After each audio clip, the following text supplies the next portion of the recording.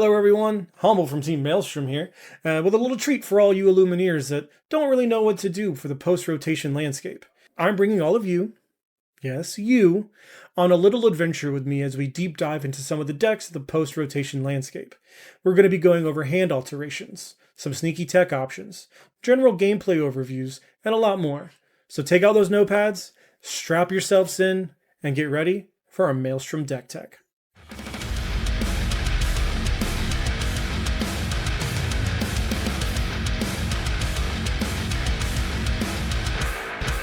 It would be a disservice to not talk about one of the most feared decks in the early days of the fabled metagame, which is none other than Amber Steel Tiana Aggro. On screen, you see a relatively stock list, one you've likely seen multiple times if you've heard myself, and most other people for that matter, shout the end of days. We're all gonna die. On the surface, the deck looks straightforward. Count to 20, right? While the answer is yes, this deck does have play patterns and some lines that may not be obvious and will set you apart from a decent aggro player to a great aggro player. Let's get into the list card by card. Debuting in Fabled are some of the new tools that we can abuse.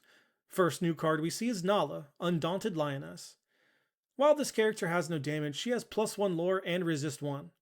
Questing for 3 is exactly where this deck wants to be, and the resist can make her challenging to deal with in the early turns of the game. Her stat line of 0 strength is less than ideal, but the pressure she can create far exceeds the risk for her inclusion. Next we see Lilo, best explorer ever. A 2/2 character that only quests for 1 seems counterintuitive for an aggro deck, but you would be wildly mistaken. This card allows us to make necessary trades into opposing boards to quell their pressure, while maintaining our own board state. This format is going to be very challenge focused, as we have lost the majority of efficient removal options. Giving all your characters challenge or 2 for the turn in order to lay waste to opposing momentum while your board goes unanswered will be a huge tempo shift in your favor and will lead to many victories. You see a few familiar faces down in the lineup. Daisy, Doc, Lady, Penny, and Rhino have all become staples in most aggressive Amber Steel lists. A face you may notice is a new addition, but not necessarily a new card, is Tiana, restaurant owner. And don't let this princess fool you. She's no damsel in distress. She is the distress. Her ability to give opposing challengers -3 strength during a challenge means your characters survive their onslaught the majority of their time. The ability to pay 3 ink and ignore the effect is almost irrelevant, as most decks will not have the time to take a turn of inaction just to get around her ability. Not to mention, her ability stacks with multiple Tianas on board. This, combined with her 2 lore questing power, makes her a pivotal piece of this strategy. But you know what makes it worse? Pluto, guard dog. Having a big bodyguard that likely won't be taking any damage in a challenge due to the effect of Tiana, that also banishes most things challenging it while it's undamaged, has proven wildly effective to stonewall opposing answers. The alteration here can be summed up in 2 simple words. Curve out. We are looking to have as an explosive start as we can get. He's landing it! Hit the dirt!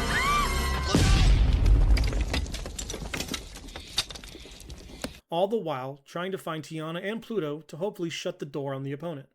Doc is also a card we want to see in this deck, as this deck has the tendency of gassing itself out and putting itself in top deck mode more often than not.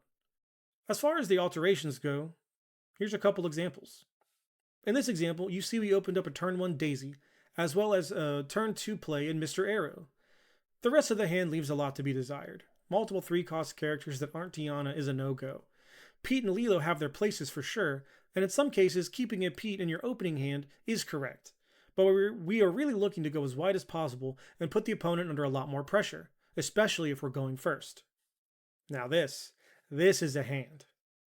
We have the ability to play a Rhino on 1 and shift it on turn 2.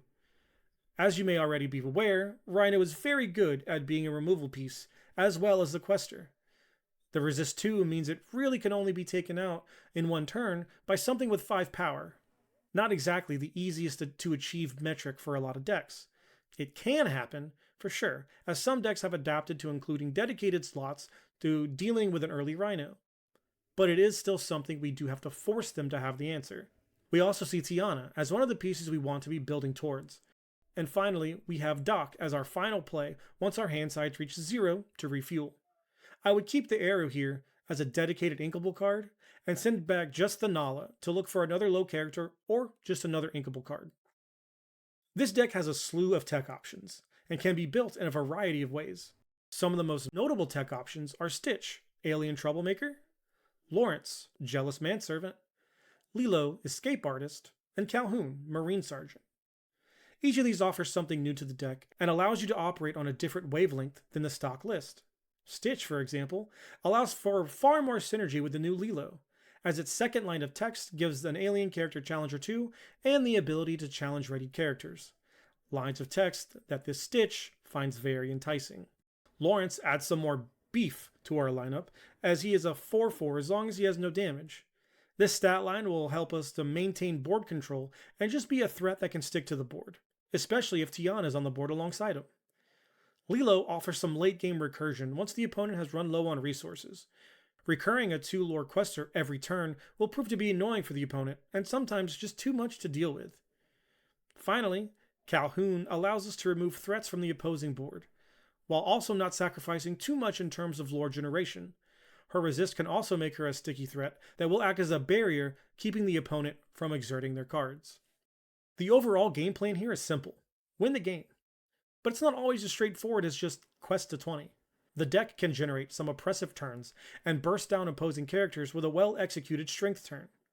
Hold a few smaller characters, and when the opponent plays a character that would be able to threaten you, flood your board and then play strength. A good amount of the nuance about piloting this deck efficiently is knowing when to put all your cards on the table. And no, the answer isn't always right away. Each deck has patterns against you that you have to account for.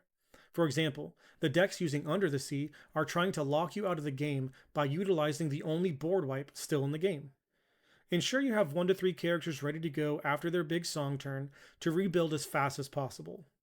Against some of the slower decks with less efficient removal, we are looking to try and overwhelm them with as many 2+ lore questers as possible, and need to take a less conservative approach in ending the game there. And that was Amber Steel Tiana Aggro. Remember, Lumineers, don't be afraid to make changes. Make the deck your own. Add some spicy tech options that your opponents may not be prepared for. Be prepared.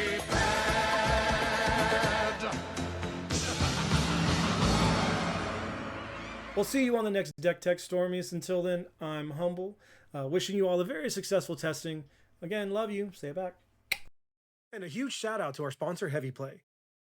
Their Equip Max system lets you snap together your deck, dice, and playmat for easy transport. And their curved sleeves come in bold colors like Wizard Blue and Sorcerer Pink. Check them out at the link in the description, and don't forget to use code Maelstrom for 10% off your entire order.